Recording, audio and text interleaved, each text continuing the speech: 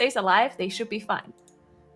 That's right here. Oh my gosh, I love these. I love these logos. These That's are fantastic amazing. logos. Omega Pump and John's army are ready to roll. Let's get into it. Game number 1 here in the other side. Both teams heading off over to the left to get started, using the slow fall to avoid that first pack, so we'll probably be seeing those later with the last boss. Interesting, though, to see both teams deciding on that left path at first. I think this is the better way to do it as well, because I think this gets you the better early lusts, but definitely we've seen teams using both sides, and they are now both getting started with this really big Ashen Hallow. Oh, no, they're not. John's army are electing to skip this pack for now, whereas Omega Pump have decided this is an opportunity to get their Ashen Hallow on cooldown. Yeah, that's... I think I kind of like the John's army approach here, just because I don't think this pool is that super large, right? You can see the Ashen is still down for Omega Pump here, so definitely not getting all of the uptime from that Ashen, while John's army, maybe that's the reason why they skip it, because they want to commit the Ashen and the Bloodlust maybe as well on one of those like early Arden Wheel pulls, because it's fortified, right? So you definitely have a lot more damage with that Ashen, and getting a bigger pull in, which is not really possible on that pull that Omega Pump did there, because you only have that Oros, the Ice Tormentor there, and you don't necessarily want to deal with that anyway, because it's not really a big deal to have to slow on the last boss, and it only gives you defensive power, so most of the time those teams just end up skipping it. But John's army do pull Baruth on top of some other Arden Wheel trash, and Omega Pump looking to do the same thing without the Ashen though on their side. This is so sketchy with Grievous and that healing reduction aura from Baruth as well, especially without access to Ashen Hallow. Very impressive that Omega Pump have looked like they're able to survive this so far. John's army, yeah, it's a great spot to use the Ashen Hallow. The problem is that you don't have your Ashen Hallow on cooldown for the 1 minute of running time where Omega Pump's was recovering. So that might mean that Omega Pump will have access to it on, say, the pull of the boss, where John's army might still be waiting for it then.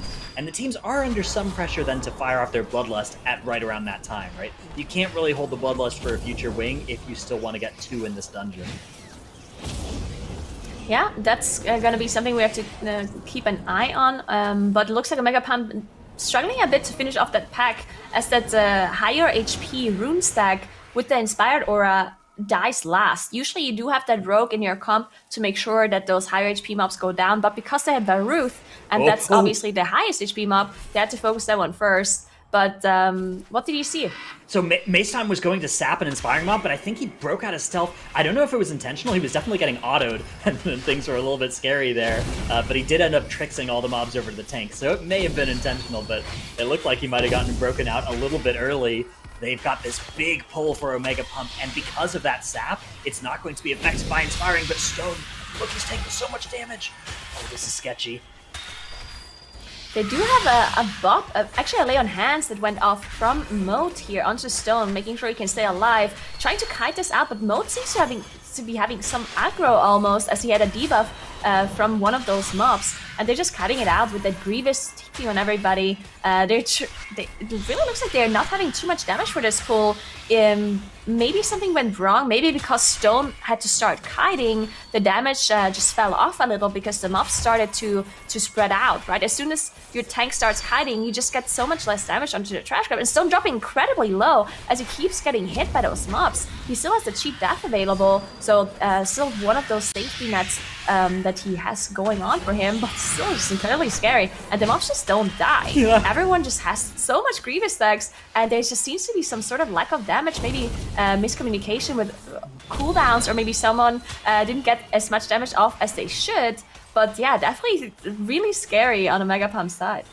Yeah, Mode nearly going down to his own blessing of sacrifice there is going to be able to miraculously keep everybody alive here for Omega Pump. Meanwhile, though, John's army, they've gotten this pull finished. Their pull was slightly less count, but they are now a little bit more progressed through the dungeon. About the same, actually, as now both teams are walking towards this next big pull. This one, you got to be really careful of that Bladebeak Hatchling. You can see it's casting that cries, and a great Hodge is going to come out on the side of John's army, and on the side of Omega Pump. They're going to make sure that does not get its cast off. If that thing casts, you start getting the Matriarchs added to this pull, and things get extremely, extremely scary. Yeah, and Omega Pump definitely ahead now, because you have to keep in mind they did this one earlier pull at the ring at the entrance of Ardenweald, which is what John's army skipped. So that's why they have a big difference in trash percentage. And Omega Pump, pretty sure, also just pulled more trash in this Ardenweald area as well when they did their earn pull. So Omega Pump definitely just getting some more percentage done before they go into D-Lysaxa. Both of them pulling the boss with the rest of the trash they still want to deal with here. And we see the Ashen being back up for both of those paladins. So that pull, at least the trash should go down pretty fast with that Ashen being committed. Yeah, that is a big, powerful cooldown, combining with the Bloodlust as well for both teams. So both teams at a very similar spot in the dungeon, aside from, like you said, that one pull out in the outer ring of the dungeon that Omega Pump have in their favor. They are also now ahead on boss percentage as well. Mode is doing something obscene to this boss's health. 52,000 DPS coming out from Mode, usually known as the Discipline Priest main, but he's really displayed his prowess at all healing specs as needed in this MDI, and since last MDI season as well, when he really got started in the format. So definitely a healer to watch, whatever team he ends up playing on any given season. Something that is very valuable to bring. It's just that much damage in the healing role.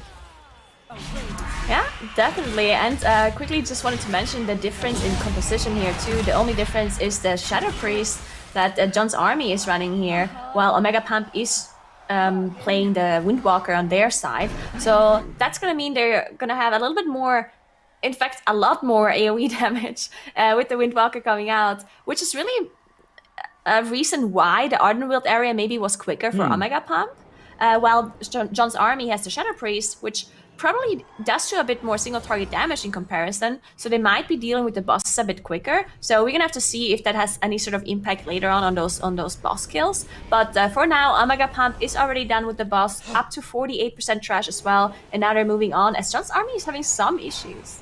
Yeah, I love your point though about the Shadow Priest. So you're saying that John's army might actually be faster at some of the rest of the dungeon, right? This might have been the worst spot for them relative to Omega Pump because of the comp difference. Definitely something to keep an eye out for, and I definitely wouldn't count out John's army just yet. That death towards the end of the boss fight is unfortunate. Not going to cost them too much time though, as we now are watching Omega Pump attempting to skip this this spirit. This is a hard skip that we've seen a lot of players fail, but it looks like they have done it. And they will be skipping that mask potentially forever if they can make it work. It does make the last boss fight a little bit more scary, though. And now look, it looks like they're doing another skip here, as Stone was aggroing these warlords and he pulled them to the side, shadow melting off the warlords, but they're still in combat with those bone soldiers and the raptors because they want to pull them into this next pull. So I really like this. This is something we've seen by Complexity, I believe. They did this very same thing where they pull the drill onto the side, they wait for the first AoE to go off, then Maesting is going to use that cloak to still DPS through the haywire, and now the raptors and the soldiers arrived. They're gonna pull them into this next trash group with the Arf, and while Maestan is dealing with the dental drill, they're just dealing with the rest of the trash group, and now the dental drill is in the pack as well, and now they just have to finish it off before the next AoE cast goes out. Yeah, it's a really cool way of like picking and choosing which trash you actually want to fight. You know, if you look at mobs, right, they all have different ratios of how much counter are they giving you versus how much health do they have. And sometimes there are mobs like those warlords that just do not do well when you evaluate them on those metrics, and you want to find a way to skip them. But it can be hard to do that. And so the way that Omega Pump there got combat on some mobs on all their players, and some mobs only on their tank, and then shadow melted off those mobs, really clever way of choosing which mobs they wanted to fight. As you can see now, they have dealt with this pull. They were on a bit of a timer there. They did need to kill that, as you mentioned, before that next cast. But they have beaten that timer, and now we will probably be seeing a skip through the rest of this section. Let's see what they've got in store for us. Yeah, it is going to be the Shroud to get through this slime section. Yeah, so it looks like one of their players is activating that engineering button to make sure those slimes disappear. Hopefully not pulling a Shakib here and killing Moat on their way. But it looks like they executed this properly, as both of the lubricators are being pulled into the Sentinels here. The Ashen actually being committed. That's interesting, because we've seen this very same pull by some other groups, and they kept the Ashen for the boss. But because it is fortified, I think it does make sense, and they might just get more of a time save out of this pull here with the Ashen instead of saving it. And this pull actually can be really dangerous because at some point you're just running out of interrupts, and there's so many things that need to be interrupted. And these oils, they do a lot of damage if they go through on the same person, especially since it is fortified and Grievous as well. Yeah, beautiful use of their AoE crowd control effects, and you can think of Ashen Hallow there as basically interrupting all of the essential oils, right? Because it's like, it's going to heal through them. Unless all three target the same person, you're probably going to be fine. So as long as you're looking out for that, it means you actually have enough interrupts then to kick the lubricators, which definitely needed to be kicked on that pull. So yeah, good use of the Ashen Hallow, making that pull possible for Omega Pump. They are now almost done with their count, right? They just need a little bit more, and then they will have it from the last boss, Trash, that they're going to pull there. As they get started with the Mana Storms, this is a boss that you usually don't think of as being one of the hardest ones in here, but with Grievous active, it actually can start to be a drain on your healer's mana if they're not careful. Yeah, definitely. There's also some overlaps that can be dangerous when you have this stun go through at the same time as the boss is casting that AoE, and if you have a lot of stacks from soaking the crystals, it can be dangerous, but it looks good for Omega Pump just now. And John's army, though, took a little bit of a different route. First of all, they did deal with the trash pack in the outer ring that they skipped before, and now they're dealing with these warlords and the raptor pack that Omega Pump basically skipped. Well, they only skipped the warlords and dealt with the rest, but John's army just dealt with both of it together, and now they're entering the Mechagon area. Still a pretty big difference in trash percentage that John's army has to catch up on, though. So we'll see how much trash they're pulling in this area. Yeah, you know, on the one hand, those warlords might not be the most efficient mobs to pull. On the other hand, John, for John's army, is going down here on this big pull. Sagadon has gotten involved in this. That's going to be a full wipe from them. Luckily, their respawn point is really close. As I was saying, you know, you don't think of the warlords as being particularly efficient mobs to pull, but it's also not efficient to jump through hoops to skip them, not once, but twice, right? You have to skip them on the way back out as well. Now, you can just jump over the edge usually, and that will be good enough if you have slow fall to skip them on the way out, but still, you know, those little things do add up, and just being able to fight them and take care of them, absolutely a strategy that can work as John's army now get this pull underway. This is actually going to be their Ashen Hallow on this pull involving the inspiring mobs and all of this trash, so another use of that cooldown there on the board. Meanwhile, Modes is almost back up. I wonder where their next one will be on the side of Omega Pump. Yeah, I think there's going to be a pretty big pull coming up for them in the Hakar area.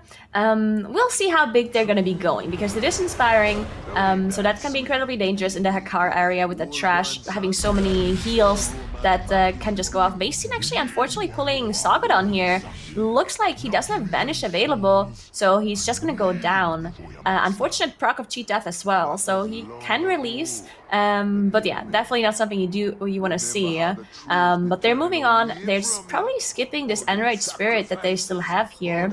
They don't want to deal with that one. And they also have a lot of trash still in that outer ring, so that is something they could deal with as well. And they only killed one Tormentor so far, so there's still a few Tormentors that maybe just one Tormentor they still want to deal with, because they don't want to have that fire dot on the last boss. Yeah, that is a nasty, nasty effect that we, even in the MDI, where you usually expect kind of crazy strategies to happen, we very rarely see the Incinerator ignored and fought with the last boss as an aura, because that is just, it is so much damage, especially with these affixes, right? You really would not want that to just be keeping you all permanently in 4 stacks of Grievous as well. So definitely makes sense to kill it, although, you know, I'm always excited for opportunities to skip it. The thing is that this is also one of the best mobs to kill because it gives some of the best anima powers for your damage dealers too. So the decision of like which ones do we want to leave for the last boss, Incinerator is usually the last one you would consider doing that with. And Dr. J actually proccing his pot tender there. It looked like he might have gotten hit by, not sure if it was the frontal of the Death Speaker or if it was the fire zone of the Tormentor.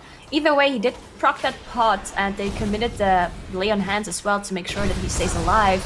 And they also had to seat the Raptor off to the side, because the Raptor is the inspired mob, and the inspired aura does get applied to the Tormentor as well, so he cannot interrupt that Inferno cast. We've seen some teams actually just pull the Raptor into the pack and let the Inferno cast go off, and then they just focused it down to make sure that there aren't multiple casts that go off. But that is obviously very dangerous if it's a fortified key and the Raptor has more HP. So they just decided to see it on the side, deal with the Tormentor first, and then they pulled it in to the rest of the group that was still alive.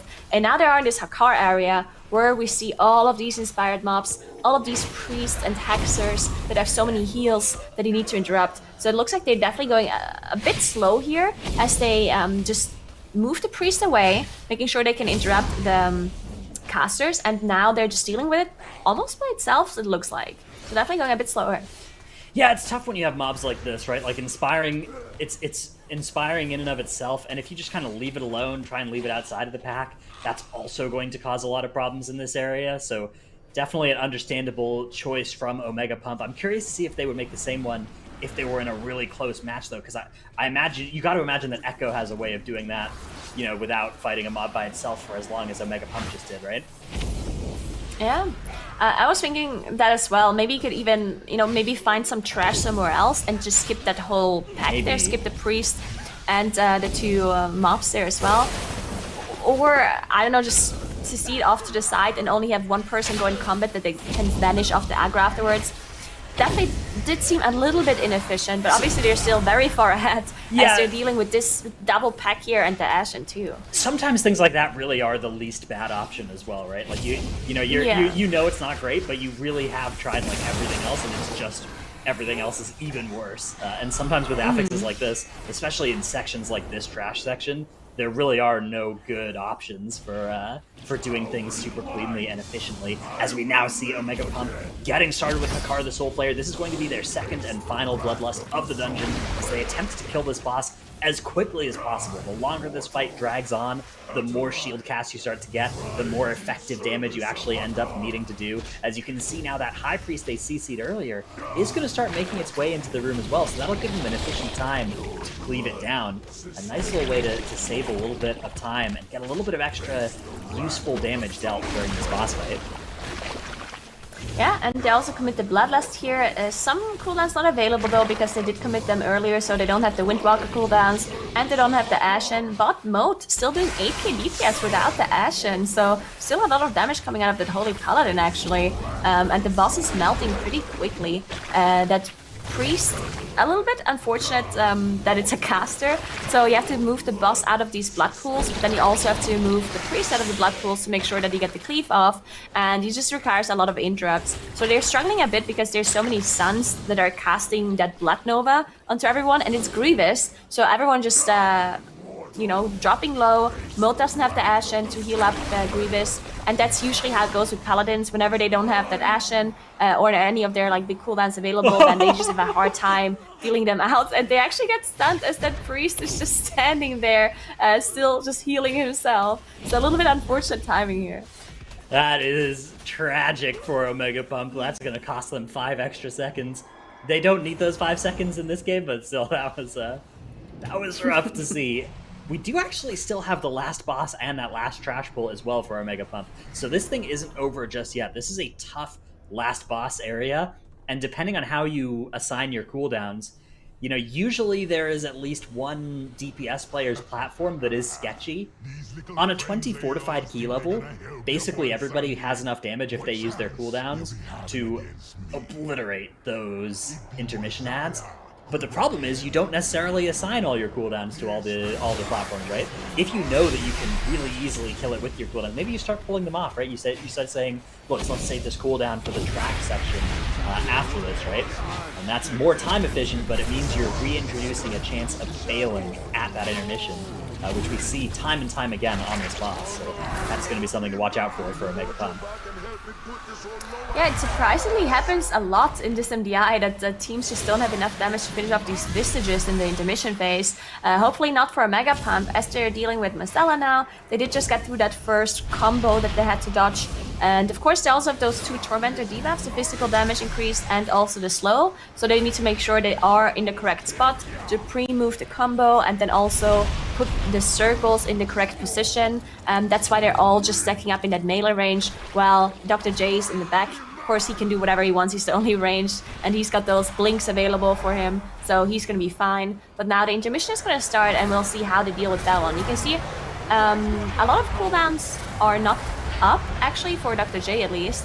Looks like Mick and May's team do have things available if they want to commit it for this Visage to make sure they're going to have enough damage. Yeah, it looks like Shadow Blade's not being used here, nor is Zhuan the White Tiger, although maybe because we're out of range we wouldn't see it. I'm actually not 100% sure. This is such a big boss room, but if those things are being held, then yeah, I mean, these Visages can be pretty sketchy. It will be important for Omega Pump to get all 4 of them killed during this intermission. Let's see how many they've gotten. There's the tank and healer getting theirs done. Stone now going to start waddling back towards that front platform. Actually not going to start the pull ahead of time like we see tanks sometimes do. And that's going to cause Dr. J to die, actually. So one reason that we sometimes see tanks just leap down to that pull and get it started early is so that they can get threat before everybody just gets yoinked down there. But they have not been able to do that on the side of Omega Pump. What they have been able to do is kill all 4 intermission ads, though. So Moizala only has 3% more health as they get all this trash in with a huge haste buff. And they should be able to make fairly short work of these mobs.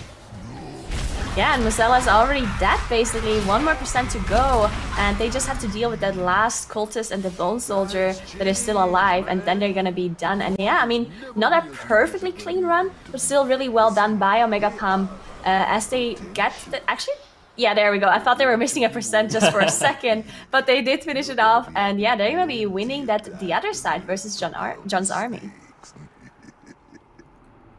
You did good, hero. Yeah. But what Moizala got coming, yet for mortal eyes. There we go. Unfortunate.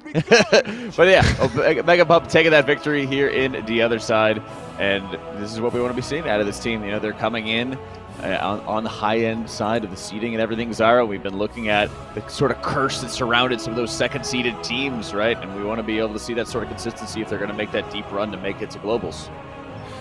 Yeah, and as is normally the case with you know, pretty much every single squad that Dr. J has assembled around him, these are just a full squad of MDI veterans, so they kind of have that advantage coming into it. So what we're looking at for them most of the time today is, you know, trying to compare them to our other top teams in this tournament, compare their runs to the runs that we saw from previous weekends, and try to see how they kind of stack up and try to assess what the chances of getting through the bracket this weekend are. That's right. And, you know, every single dungeon that we're looking at, specifically out of Omega Pump, we have to be watching for how well they're going to be doing in a high bracket run, or if they get dropped to the lowers, what kind of depth are they going to have throughout those dungeons and everything Dratnos here. And, you know, the other side isn't going to be featured super heavily throughout the upper bracket, but if they get dropped down lower, they're going to have to be playing it a lot. Yeah, the other side is definitely a vital dungeon to practice. The good news is a lot transferred over from the time trials. This is a pretty similar Keystone level. Time trials were 21 fortified, and our map in this group is 20 fortified. So a lot of that work has probably already been done for these teams, but definitely still something you got to rebrush up on and make sure you've got the new affixes figured out for as well. That's right. And like you mentioned, you know, the work of Group A, Group B, and the teams are able to now adapt a lot of those strategies and work through it. And like you mentioned, draw from a lot of their time trial experiences, Zyro. And let's start highlighting as well what some of those adaptations and what some of those strategies that we saw there. Yeah, I was kind of going to focus on that mostly with these clips, just kind of breaking down the big pulls that they're going for and how they adapted them to with the new affix set. You can see pretty much the name of the game in this DOS was finding the inspired mob and CCing it off in the corner. So you saw they had one of those Elder Horns CC'd off in the corner, and then they just went for the same execution of Varuth pull that we've seen pretty much every other team go for in our past 2 brackets. They kept going for the similar pulls. Again, just make sure you're CCing inspired mobs off in the corner. They had a couple of like spicy little moments. You can see here while Maystine was going and gathering up some of these mobs to tricks them to his tank. He did end up taking, I believe, a couple of beaks to the face and dropped him a little bit, but he was going to be totally fine. He's a rogue, still had cheat death, not too big of a deal. Did cause them to like kind of kite this pull out a bit, but I think that was always going to be the case when you're going for these massive AoE pulls. You really are kind of trying to get Chi-Ji procs and didn't seem to be getting them there. And then, of course, the big pull that we saw a lot of teams sort of adapt to last weekend, this Arf pull where you have your rogue deal with the dental drill before anything really goes off. They did a good job of adapting their strategy from time trials to this dungeon, and they're looking pretty good so far. It is only the first game, though. There's a lot more scenarios where we can kind of break down what they're doing in the coming days. Yeah, I really liked that tricks by Maystein. Once he ended up pulling those mobs, you really quickly tricks, did a Fan of Knives, or Crimson Tempest, whichever one that it is these days. Shuriken Storm. Shuriken Storm. Oh my god, it's been like ages since I played a rogue.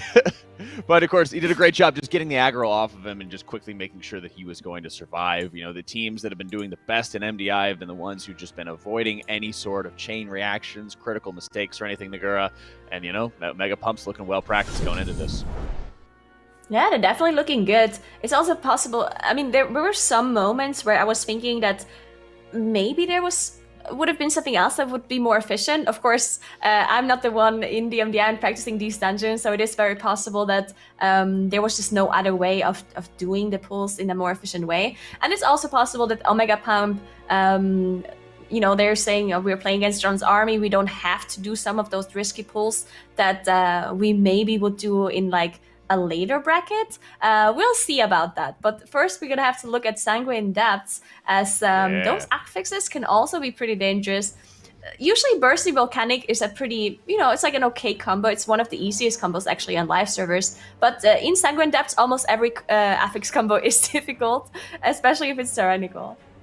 That's right, and you know, in particular, Sanguine Depths, high trash density, tyrannical. You're incentivized to start pulling a lot with bosses. We've been seeing, for example, just leading up to the first boss as well, Dranos Crixus. A lot of teams just pulling so many of those mobs all together to deal with, and now they have to deal with the bursting on top of them.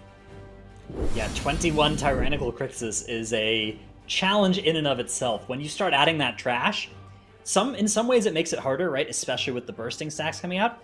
In other ways, you know, it gives you a nice excuse to use all your cooldowns, to use every single, you know, Bloodlust, Ashen Hallow, everything like that. And it actually gives some classes extra boss damage. So you may find the boss to counterintuitively be easier when you do pull all that initial trash onto it. As long as you have a plan for, you know, stopping all the Engorge casts and handling the bursting stacks, right? But you have Dwarf Racials, that's a pretty big strength. You may have a Priest available in this dungeon. It's a fairly common pick, although not universal. This is a dungeon where we see a tremendous amount of diversity in choice of specs. We see stuff like Elemental Shaman, Affliction Warlock, Shadow Priest. Some of the time, sometimes we see the usual melee gang. We see the Windwalkers, that kind of stuff. One thing I do expect, I think we will see Dr. J on a mage, but the other stuff, I don't care to predict. Well, that is always going to be a safe bet on that one, Dranos. Yeah, I don't really think that we'd see mode on the Disc Priest as much as I'd love to see that in this dungeon, like you mentioned. You know, the Shadow pick has been really useful, not only for being able to have that Mass Dispel, but I've also been really impressed, Zyro, of how much single target they've been bringing to the table.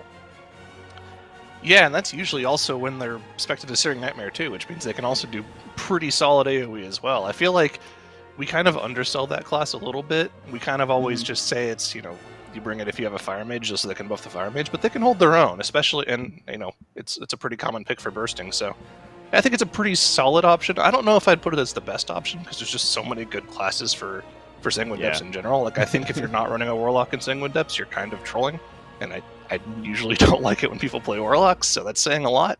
Yeah, I was going to say. Yeah, I mean, it's definitely good. I just don't know if I'd put it at top tier.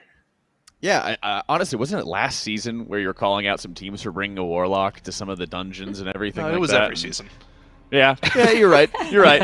every time you're like, man, I just hate that they're bringing Warlocks over. It's like, gosh, Zyro's just such a hater on it. But he's like, but I play this. I know its strengths and its failings. And, you know, it's been so impressive to see a number of teams busting out the Warlock, in particular, just seeing how effective and crazy damage that they can be. So Omega Pump is up 1 right now versus John's army. Let's see what kind of compositional differences they might have in store for us as game number 2 in Sanguine Depths gets rolling.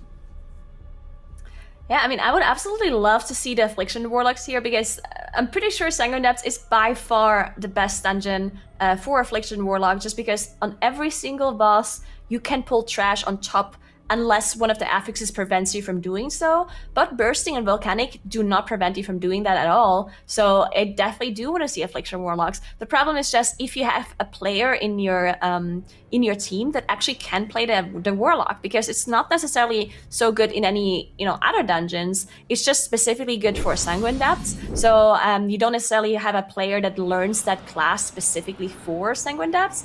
And there we go, no Warlocks on either side, as they are sticking to a very similar comp that we saw in the other side. Actually, the same comps from both teams. Yeah, we hyped up all the, I hyped up all the possibilities so much for this dungeon, and they're both just running back the other side game plan. You know what, though, there's a lot of strengths that these things bring as well, right? It's never a bad idea to have stuff like a mage and a rogue for Mythic Clutch, right? They bring so much utility. The mage brings so much AoE damage as well. The rogue brings so much priority damage. And yeah, you can see both teams getting underway here with these big pulls. John's army have dropped a couple of world markers to indicate where they want to go. They dropped them all right on top of each other, just so they really don't miss where that lantern is. I love that. I imagine that there were times where the lantern was lost in all the mobs at some point during practice, so they started dropping those. Yeah, their Paladin must have a hard time finding that one. As John's army actually did a little bit of a bigger pull as they pulled the Brute into this, while Omega Pump skipped the Brute. But because of that, they were faster into the next pack. And they're pulling Crixus here with the Tormentor mob and the whole boss room. So this is an incredibly large pull. They are committing the Bloodlust and the Ash, and basically all offensive cooldowns that they still have available. There's going to be a lot of damage coming out onto the tank and the group, and a lot of dangerous casts that need to be interrupted here with all of those ticks that are already dead, I guess, and all of the bursting coming out as well. Mode simultaneously doing 60,000 DPS and 20,000 HPS here in a beautiful display of the strength of the Ashen Hallow. That is now finally fading, and he will be a mere mortal for another 3.5 minutes, but that was an impressive moment for the Holy Paladin on the side of Omega Pump there. That is something that, next time we do a key with Automatic Jack and he's playing Disc Priest or something, we'll ask him if he can do that, because I'm not sure it's possible. Look, he's still top damage right now, and he just immuned a charge. Utility, damage, healing, Mode's doing it all.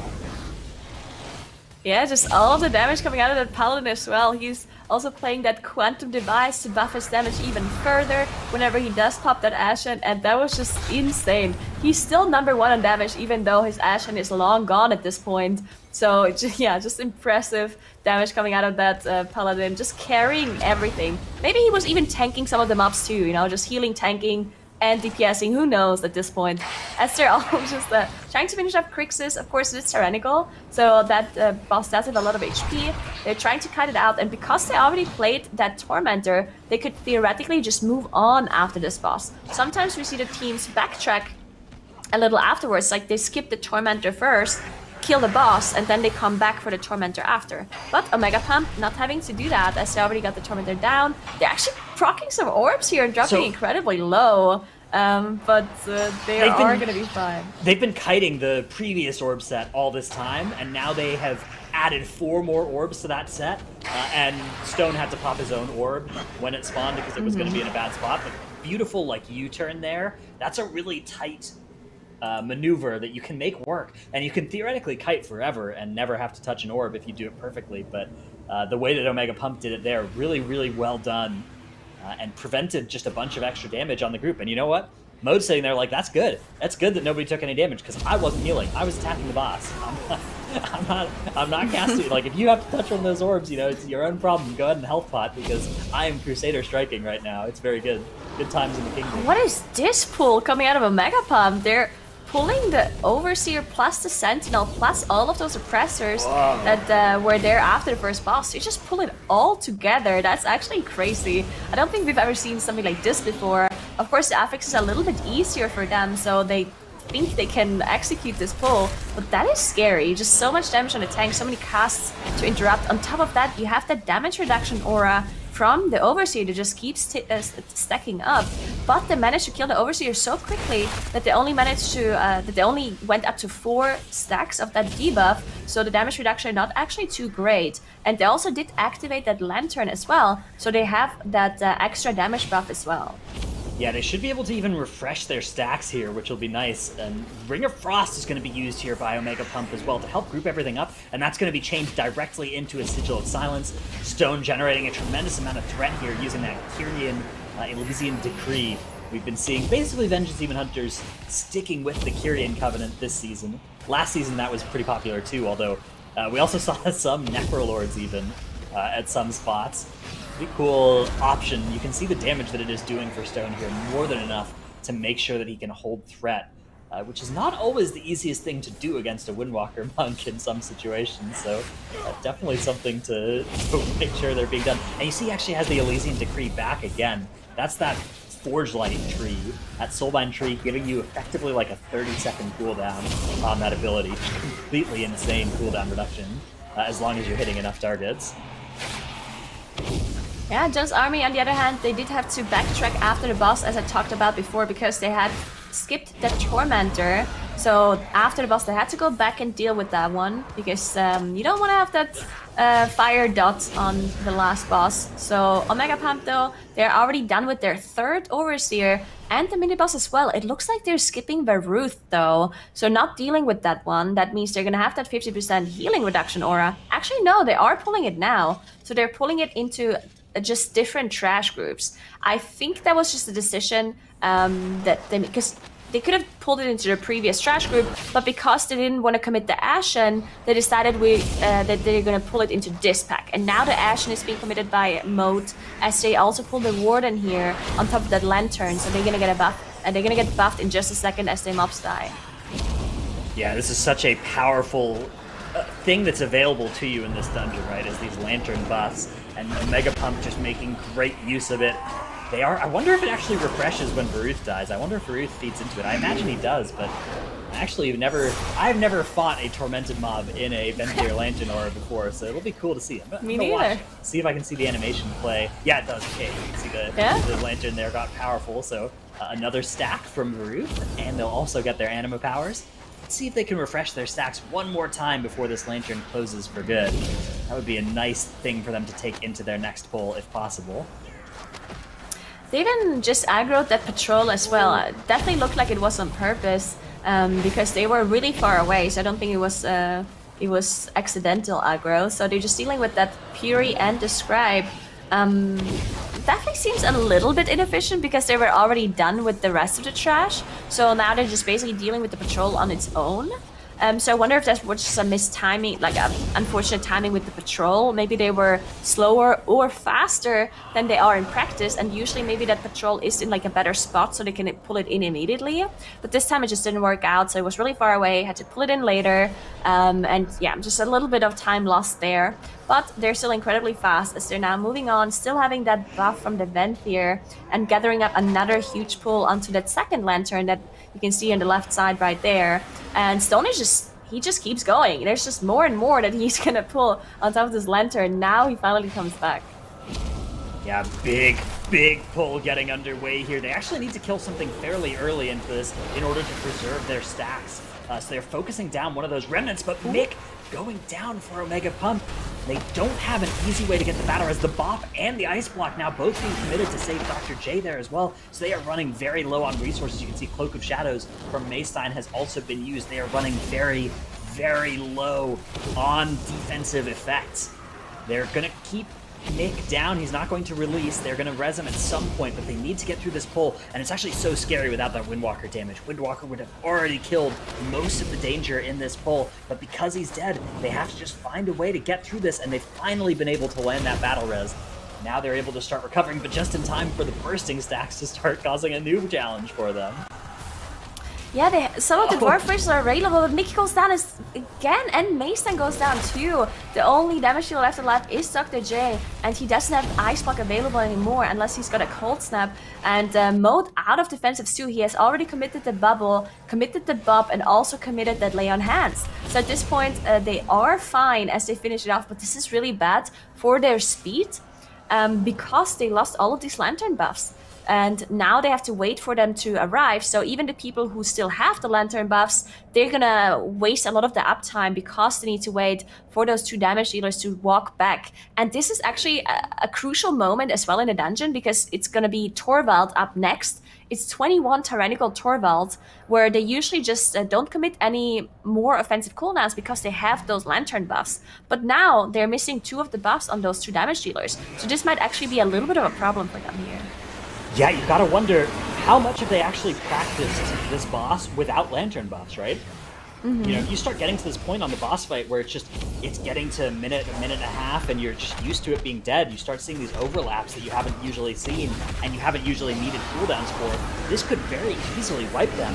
Meanwhile, John's army, actually, they're a little bit behind in count, but they at least have their lanterns rolling, and they're not going to do a little bit of a backtrack onto Varuth, but they might be able to get a full lantern onto the boss. Oh my goodness, look how much danger mode is in here on the side of Omega Pump, though. Yeah, there's just all of the bursting stacks at the same time with the Castigate was overlapping, so he tried to walk away to not kill his teammates, but at the same time he was just taking so much damage. And again, the bubble is just not available for Mode, and a lot of the other defenses are down as well, which is also something that they maybe don't usually have. Maybe they have more defensives available usually for this boss, but this time no defensives and also no buffs. So definitely going to be a bit harder for them to finish this off. And you can see the boss still on 30%, and their offensive cooldowns are out. They don't want to commit the Ashen here because they need the Ashen for the next boss pull, because they're going to be pulling that boss plus a lot of trash, and they rely on the Ashen Hallow to deal with that one. So they cannot use it here. They need to finish off this boss without any extra healing cooldowns being committed. And the boss does slowly go down, but there's going to be maybe another ad spawning and another Castigate too that they have to deal with. Yeah, the boss is getting low enough here. They might have a touch of death available to finish it off as well. Still very much something that you are... I mean, it's impressive actually that Omega Pump were able to make this work. And you can see, looking at their cooldowns bar, they will have basically everything that's vital for this next pull. So hopefully now they are recovered and they are back on their game plan. Definitely a costly sequence of events for them, though, as they now get started. Grand Proctor, Brillia, plus every trash mob in the room, all coming together. We expect to see the Ashen Hallow used at some point here. Maybe it's being held for a little bit, though, so we'll get some more healing done as well. You can see Mode.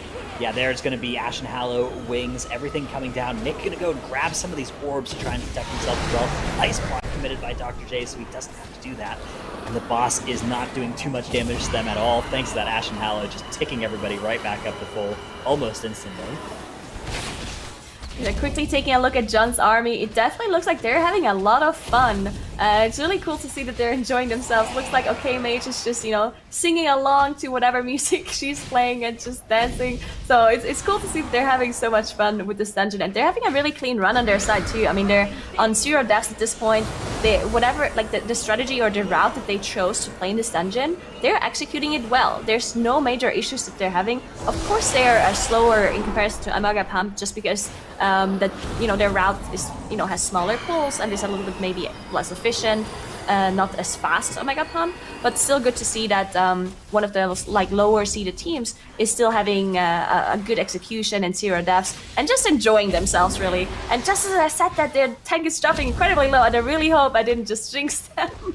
This is so messed up. I cannot believe you would cast a curse John's army like this brutally live on television here. OK Mage gets the battle res and blinks out just in time.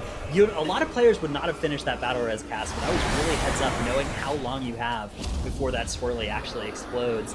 Able to finish that cast there. Unfortunately, the pod tender does come out, but as we say, can't feed if you're a seed. John's army able to survive with just the pull not quite going how it was drawn up, but you know, they all have these lantern buffs for the most part, so this boss should be a little bit easier for them than it was for Omega Pump. Omega Pump, meanwhile, have finished off their 3rd boss, and they are just looking at the General Call Trash Gauntlet and General Call herself before they're done with this dungeon, because, of course, they're not psychopaths. They're not going to pull this bridge trash that nobody pulls. They are running right through this with the Shroud of Concealment, getting ready to get started now with the last Trash Gauntlet of the dungeon. Yep, they're just using a Shroud and everything to get past. Now they're dealing with Kal and that first pull, pulling 2 trash packs together. So a little bit of a danger here because there's lots of cast going off and all of the bleeds that you do want to dodge whenever it does get casted by General Kal. They did a really good job. It was only Mick that got hit by that bleed. So that's fine. He's using his Dwarf Racial as well to now get rid of the bleed and also the Bursting Sex as well. That actually all of the, or most of the Dwarf Racials actually being committed for this one. Because a lot of the rest of this trash doesn't actually apply Bursting. So it's only this first part that is really dangerous with that affix. Yeah, a couple of mobs in this gauntlet do those on-death affixes. You kind of just got to learn which ones they are. So that you're ready for it. As you can see, those cadets dying are going to trigger the affix, but most of the other stuff, yeah, as you said, not as much of a danger with the bursting affix, as they're now nearly on this Venthyr Lantern, which they will hopefully get a nice little 10 stack to use on the boss. Meanwhile, John's army, a tragic 6% wipe on Tarvald there. As you can see, Penguin heroically trying to get things finished there in the Bonesmith, you know, after death effect, but it's not going to be enough. John's army having a wipe here, and they will be running back and trying to keep it going, but now it's all on Omega Pump. If Omega Pump can get this last boss to work out, they are going to secure their upper bracket entrance tomorrow. John's army, of course, wouldn't be out of it just yet. They'll just be sent down to the lower bracket, but that will delay the encounter with Echo that they've been hoping for. Yeah, I'm very sorry for that curse. It's on me. It's my fault. Either way, Omega Pump is now just activating that last lantern as they get those buffs stacked up that they are gonna need for the last boss. They have to, of course, those 2 debuffs they're gonna have to deal with. So it's gonna be the slow end. Actually, wait, they skipped Sagadon, right? Yes, they did skip Sagadon, so we may have a challenging last boss encounter here for Omega Pump, because of course the one that they left up was, yeah, Oros and Sagadon, so they will be slowed and they will be taking increased physical damage on the last boss. And unlike a lot of last bosses, General Call does physical damage to the whole group if you're not careful. If you're not dodging the effects, which is very tough when you have 50% reduced movement speed, then you do take quite a bit of physical damage. On a 21 Tyrannical Keystone level, that is absolutely the kind of damage that can kill players very, very quickly. I'm not sure if it'll quite one-shot them, but it will absolutely pose a huge threat if they start letting that happen. So they need to do a lot of damage to this boss. Oh, Mick gonna get that bop there, so he doesn't have to stand out. The spinning crane kick into the whirling dragon punch, nearly causing his death. But the bop gonna save his life there from the physical damage of that eruption. And they've now dealt with all the trash here. General Call at 63% and falling fast. But once they run out of their cooldowns, their damage might slow down here as they have to keep dodging these boss mechanics. Ooh, scary. So Mode actually, unfortunately, the Sagadon debuff and the bleed from this boss actually have the exact same icon. So it's hard to tell who actually has the bleed, but if you see the debuff twice, then you know that person does have the debuff. One charge is going to go on Mick and one on Maystein. Let's see if they can actually dodge it. Looks like Maystein did get hit, but did somehow remove it. Oh, he used a Dwarf Racial actually to remove that dot. So Dwarf actually really efficient for this, as even if you do get hit, you can use that to get rid of it. It's double efficiency, not only for this bleed, but also for bursting they have in this dungeon. So really good ratio for this. As Mode drops incredibly low, he looks like he's out of mana too and doesn't have any defensives available. No lay on hands, no bop, and no bubble. So he's just trying to live through this as he's completely out of mana. Thankfully, the shield just now came up, removing that bleed effect. Dr. J does commit his ice block here for that charge, but Maystein does have the bleed on him, and Mode just can't heal him. He has got no mana left. So at this point, they just need to meet the boss and hope Maystein somehow survives. Only 2% left. Yeah, Mode saying, Maystein, look, if you didn't want to die, you should have dodged. No, and the entire group now getting hit by these charges. The General Call at 51%. Stone now is low. Maystein is going to die for Omega Pump. But as they enter this final Bloons Wall with this big shield, Mick at 1% health is going to be barely holding on here. And Omega Pump have done it. They have barely outlasted General Call with a couple players down. 2-0 victory in this series over John's army. That Fleshcraft came in clutch for Omega Pump, keeping him alive, and we were talking about it with previous iterations of the Sanguine Depths run. If you're skipping Sagadon and you have to deal with that debuff, it's just so scary for this team. But hey, very impressive here, Zyro, that Omega Pump was able to pull it off. Yeah, and also, I just want to mention that this was like a stupidly fast Sanguine Depths for the affixes they had. Like last week, we were super impressed with Obey Alliance